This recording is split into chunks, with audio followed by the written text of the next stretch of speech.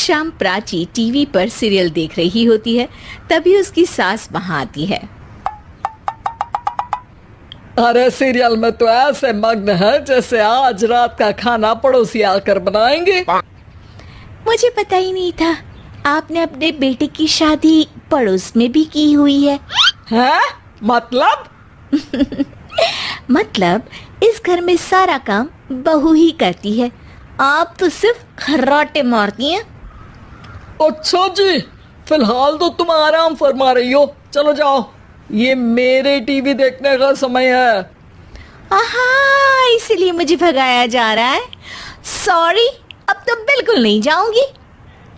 प्राची की इस बात पर दोनों सास बहू के बीच टीवी रिमोट के पीछे बच्चों जैसे छीना झपटी शुरू हो जाती है, जिसके बीच श्लोक भी काम से घर वापस आ जाता है।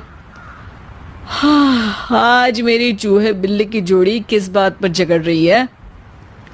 अरे तेरे बीवी मुझे टीवी नहीं देखने दे रही। अरे तुम्हारी मम्मी मुझे खाना बनाने के लिए फोर्स कर रही है। अरे वाह, ऐसे बेतुके रीजन पर तो बच्चे भी झगड़ा नहीं करते। अरे मुझे कुछ मत बोल, सब इसने ही शुरू किया है।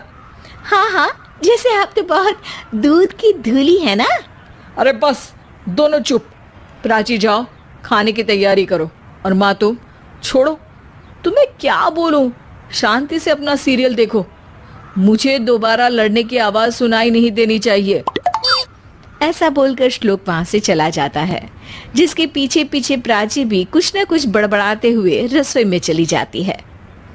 हाँ हाँ, सासू जी को तो कुछ बोलेंगे ही नहीं, बस मुझ पर ही हुक्म चलता है, खाना बनाओ, जैसे मैं इनके घर में खाना बनाने के लिए आई हूँ। इसी तरह शाम बीतती है और रात को श्लोक और प्राची की सास खाना खाकर सोने चले जाते हैं, लेकिन प्राची गुस्से में कुछ खाए बिना काम में ही लगी रहती है। इस घर में किसी को घंटा फिक्र नहीं पड़ता, मैं खाऊं या भूखी रहूं। प्राची कुछ देर के लिए रसोई से बाहर जाती है और जैसे ही वापस आती है तो वहां दूध का भरा ग्लास देखकर हैरान रह जाती है। फिक्र पूरी है, बस दिखाना नहीं है। प्राची दूध पीकर सोने चली जाती है और अगली सुबह एक बार फिर सास बहू का कार्टून नेटवर्क स्टार्ट हो जाता है। ये तुमने ही किया है। अरे अजीब जबरदस्ती है, मैं बोल रही हूँ मैंने कुछ नहीं किया। दोनों ने मिलकर पूरे घर को पागल खाना बनाया हुआ है। यहाँ कोई नॉर्मल इंसान तो रह ही नहीं सकता, इसीलिए अब पड़ोसी क्या रिश्तेदार भी घर आने से कतराते हैं। और सुन बेटे, तू भी चंगा, तेरी माँ भी चंगी, तेरी बीवी भी चंगी, रिश्तेदार। हाँ जी, आपको नहीं पता क्या, गंगाधर ही शक्तिमान है, रिश्तेदार ही। हाँ हाँ, बस समझ गया।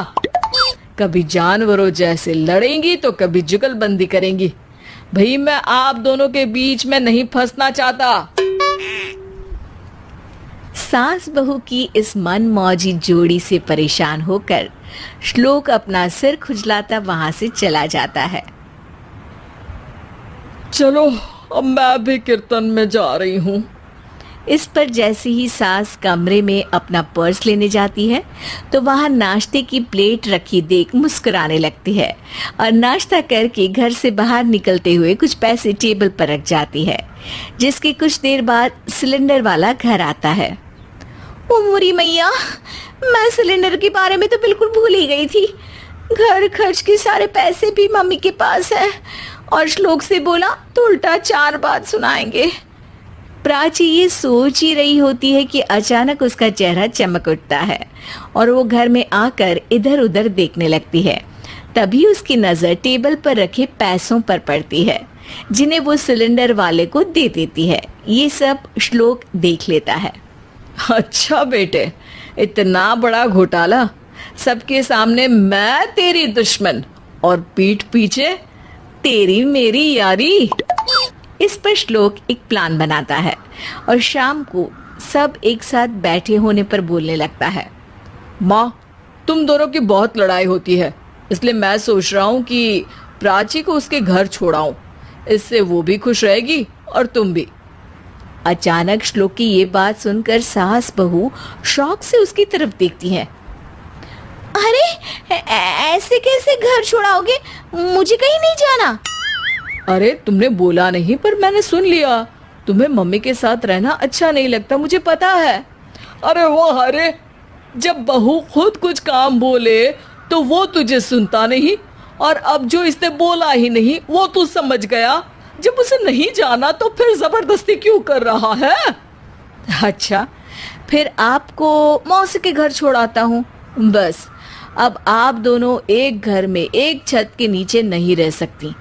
मैं इस टॉम एंड जेरी की जोड़ी को और नहीं झेल सकता। है? ऐसे कैसे नहीं रह सकते? तुम्हें इतनी दिक्कत है तो तुम्हारा बोरिया बिस्तर पैक कर देती हूँ, लेकिन मम्मी जी कहीं नहीं जाएंगी। बिल्कुल यही सुनना था मुझे। अगर दोनों में इतना ही प्यार है फिर हर वक्त ये लड़ाई का नाटक क्यों करती हो? देखा मैंने कैसे माँ किचन में दूध रखती है और तुम उनके लिए कमरे में नाश्ता रखती हो, और कैसे वो पहले ही तुम्हारी दिक्कत समझकर घर में पैसे रखकर बाहर जाती है। अरे भाई, इतना ड्रामा तो डेली सोप में भी नहीं होता जितना तुम दोनों ने इस घर में फैलाया हुआ है। तू हमें टॉम एंड जेरी बोलता है ना, तो याद कर वो दोनों भी एक दूसरे को बाहर वालों की बुरी नजर से बचाने के लिए हमेशा सबके सामने लड़ते थे, लेकिन अकेले में दिक्कत के समय मदद भी तो करते थे। बस हमारा रिश्ता भी कुछ ऐसा ही है। और वैसे भी अगर सास बहू में तू मैं नहीं होती तो दुनिया वालों को कहानियां कैसे मिलेंगी?